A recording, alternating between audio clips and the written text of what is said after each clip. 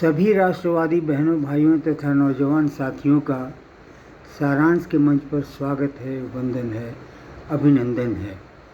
दोस्तों, आपसे गुजारिश है कि मेहरबानी करके इस चैनल को सब्सक्राइब ज़रूर कर लीजिएगा तथा इस वीडियो को लाइक और शेयर करना हरगिज़ मत भूलिएगा। इसके लिए हम आपके आभारी रहेंगे। जय श्री राम। दोस्तों,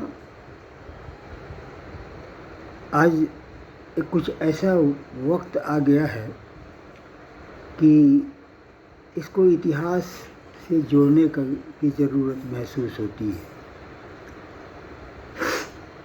और हम लोग चर्चा शुरू करते हैं भारत के प्रथम प्रधानमंत्री से, जिनके हाथ में सत्ता का हस्तांतरण किया था अंग्रेज़ों ने। उस समय दोस्तों, कांग्रेस के लोगों ने ये ज़रूरत महसूस किया कि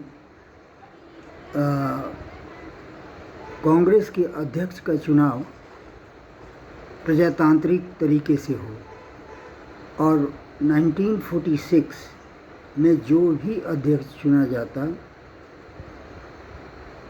नियम यह था, समझ ये थी, अंडरस्टैंडिंग ये था कि वही व्यक्ति स्वतंत्र भारत का प्रथम प्रधानमंत्री होता।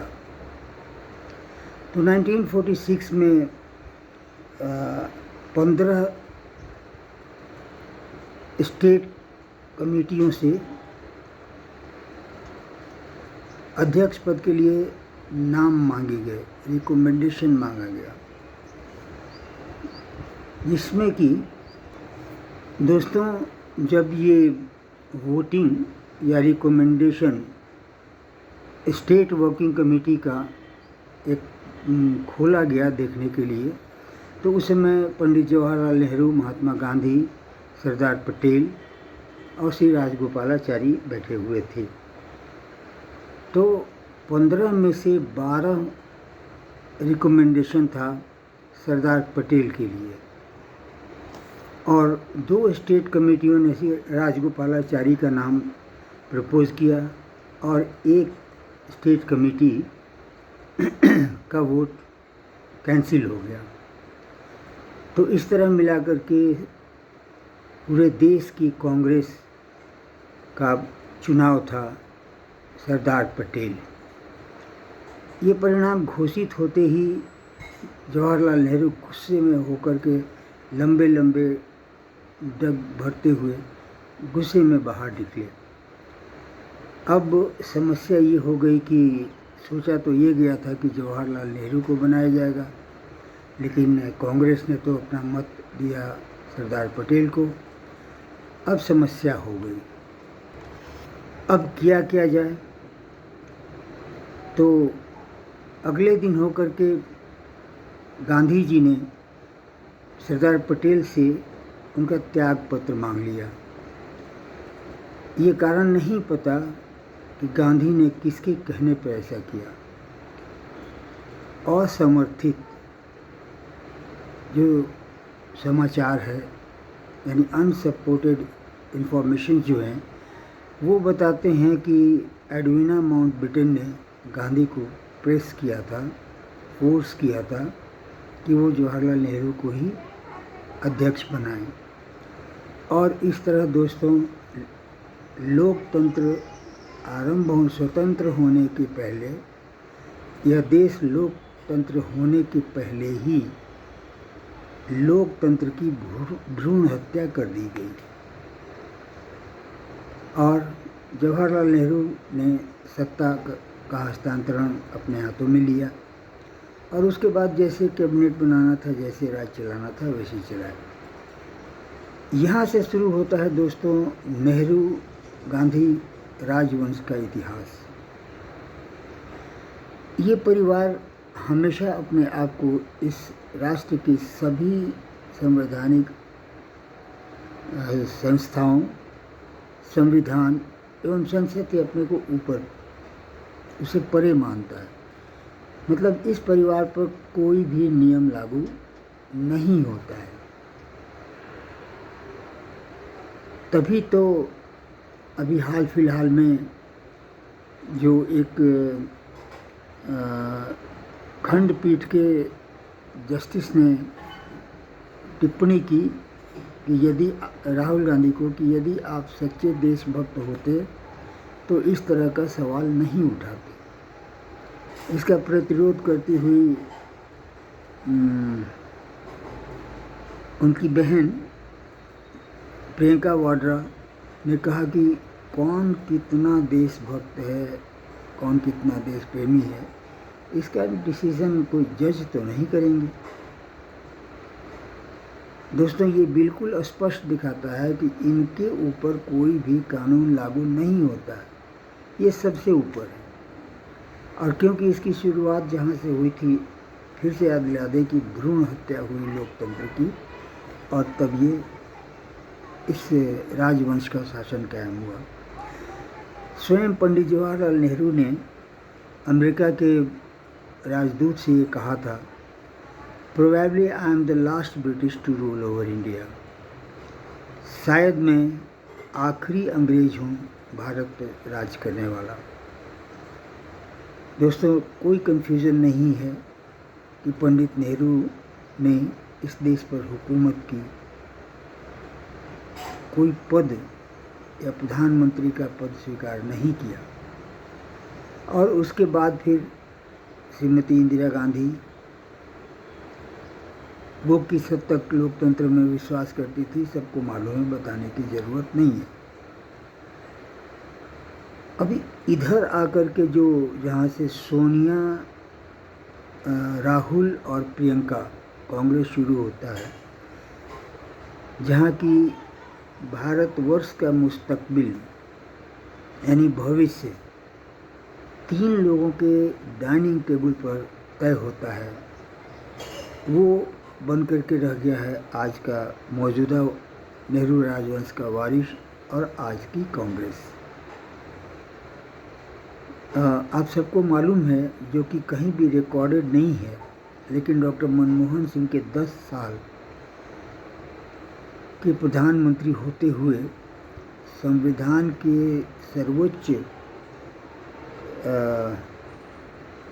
कार्यकारी व्यवस्था के प्रधानमंत्री के ऊपर एक एडवाइजरी कमेटी बनाई गई, और उस एडवाइजरी कमेटी के चीफ सुप्रीमो, जिन्हें उनके पोस्ट का नाम दिया गया सुपर पीएम। दोस्तों, ये पोस्ट लोकतांत्रिक व्यवस्था में नहीं है, लेकिन उस समय की सत्ता के शीर्ष के लोगों ने संविधान के संशोधन करने की ज़रूरत नहीं महसूस की, बल्कि संविधान को कपड़े में बांधकर किनारे रख दिया और मुख्य कानून 6 यानी जो बोल दिया वो कानून है। और इस तरह से सुपर पीएम के पद के अधीन शासन चला। उसमें आपको वक्फ एक्ट को इंतहा पावर दिया गया, और खास करके वक्फ बाय यूज़र, ये तो बड़ा घातक टाइप का दिया गया। लेकिन जहाँ तक संभव था, और ये भी कि उसकी कोई अपील जुडिशियरी में नहीं की जा सकती। This is what against the essence of constitution of India. लेकिन ऐसा किया गया। दोस्तों, अब उसके बाद इस बार तीसरी बार ये कांग्रेस, सोनिया कांग्रेस या राहुल कांग्रेस सत्ता से बाहर है, और इनका इन्फीरियरिटी कॉम्प्लेक्स इतना बढ़ गया है कि पहले तो मोदी को अपना दुश्मन समझते हैं। क्यों?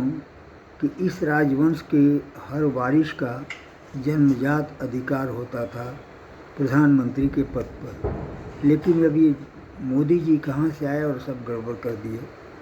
उस समय से हमारे एलओपी के जानी दुश्मन बन गए हमारे प्रधानमंत्री नरेंद्र मोदी, और भी छूट कर हुकूमत अपना उस कांग्रेस पर चलाना शुरू किया। कितने बड़े लोग, कितने जानकार लोग, कितने अनुभवी लोग, सब लोग कांग्रेस होकर के बाहर जाते रहे और अब ये श्रीमान बच गए।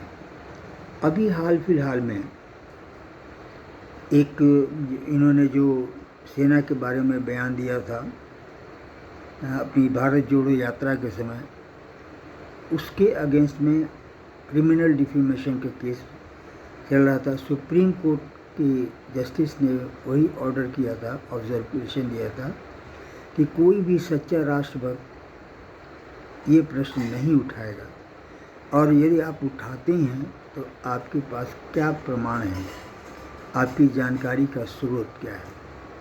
बस ये काफ़ी है। पूरा परिवार गुस्से में। श्रीमती प्रियंका वाड्रा जी ने तो साफ साफ कह दिया कि जस्टिस कौन होते हैं डिसाइड करने वाले कि सच्चा देशभक्त कौन है। और अब जो है उस पर कंटेम्प्ट ऑफ कोर्ट प्रोसीडिंग होना शुरू होना है, और ये होगा ही। अब एक तरफ ये बच जाता है कि इस कंटेम्प्ट ऑफ कोर्ट प्रोसीडिंग का फाइनल ऑर्डर क्या होता है और इसमें क्या होता है। दूसरी तरफ हमारे एलओपी हैं, वो इस अभियान में लगे हुए हैं कि एक दिन ऐसा आएगा कि कांग्रेस में वो किसी मंच पर खड़े होकर के बोलेंगे, एकोय हम द्वितीय नास्ति, मतलब कांग्रेस में सिर्फ एक हम है और कोई नहीं है। तो दोस्तों आइए इंतज़ार कीजिए कि ये दिन, ये समय कब आता है और कंटेम्प्ट ऑफ कोर्ट की प्रोसीडिंग कब पूरी होती है। जय श्री राम।